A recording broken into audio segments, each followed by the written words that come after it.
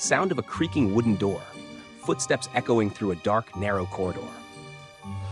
On a cold, misty night in Boston Harbor, Fort Warren stands silent, its ancient walls bearing witness to countless tales of bravery, sorrow, and tragedy. Yet among these stories, one lingers in the shadows, more chilling than the rest, the legend of the Lady in Black. Sound of distant waves crashing against the fort's stone walls, the faint whisper of wind. During the Civil War, Fort Warren served as a prison for Confederate soldiers.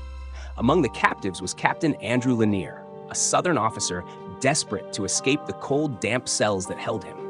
But it was not just his will to survive that would bring forth one of Boston's most infamous ghosts. It was the love and determination of his wife. Sound of a boat gently splashing through water, the soft creak of oars. Lanier's wife, a brave and determined woman, traveled from Georgia to Boston, disguised in men's clothing. Under the cover of darkness, she made her way to the fort in a small boat, armed with a pistol and carrying tools to free her beloved. She found her way to his cell, and together they began to tunnel through the cold stone in a bid for freedom. Sound of metal clinking against stone, the tense silence of a prison at night. But fate was not on their side. The sound of their digging alerted a guard. In the chaos that followed, she fired her pistol, but in a cruel twist of fate, the bullet struck her husband instead. Grief-stricken and caught in her desperate act, she was sentenced to hang, her final moments spent in the same black dress she had worn during her ill-fated rescue. Sound of a rope tightening, the creak of wood under strain, a sudden drop into silence. Months later, the first sighting of the Lady in Black was reported. A sentry, standing watch on a lonely night, claimed to see a woman dressed in mourning garb, her face pale and full of rage. She moved toward him with purpose, her eyes burning with a terrifying resolve. The sentry, paralyzed with fear, was nearly throttled by her icy hands before she vanished into the night. Sound of a soldier running.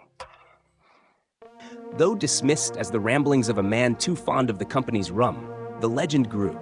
Over the years, more sightings followed. Footprints in the snow leading nowhere, a high-pitched voice echoing through the empty corridors, and the cold touch of a hand in the dark.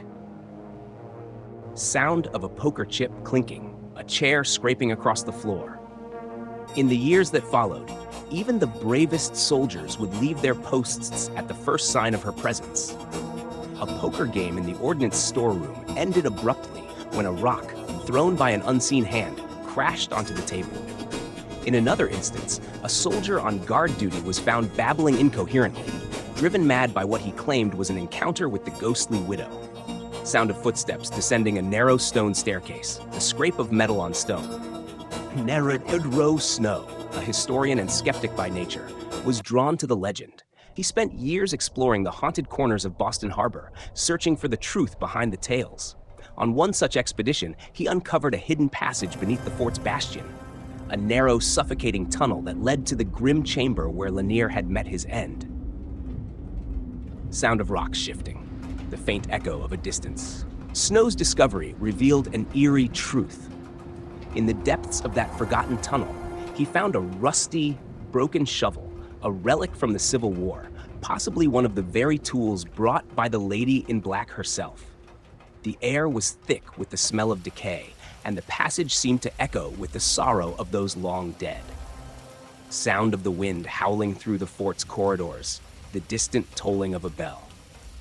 To this day, the Lady in Black is said to haunt Fort Warren, her restless spirit bound to the place where her love was lost and her life ended in despair.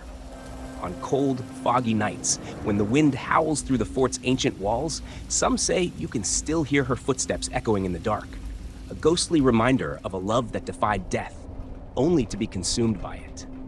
Sound fades out, leaving only the distant echo of footsteps and the faint cry of a woman.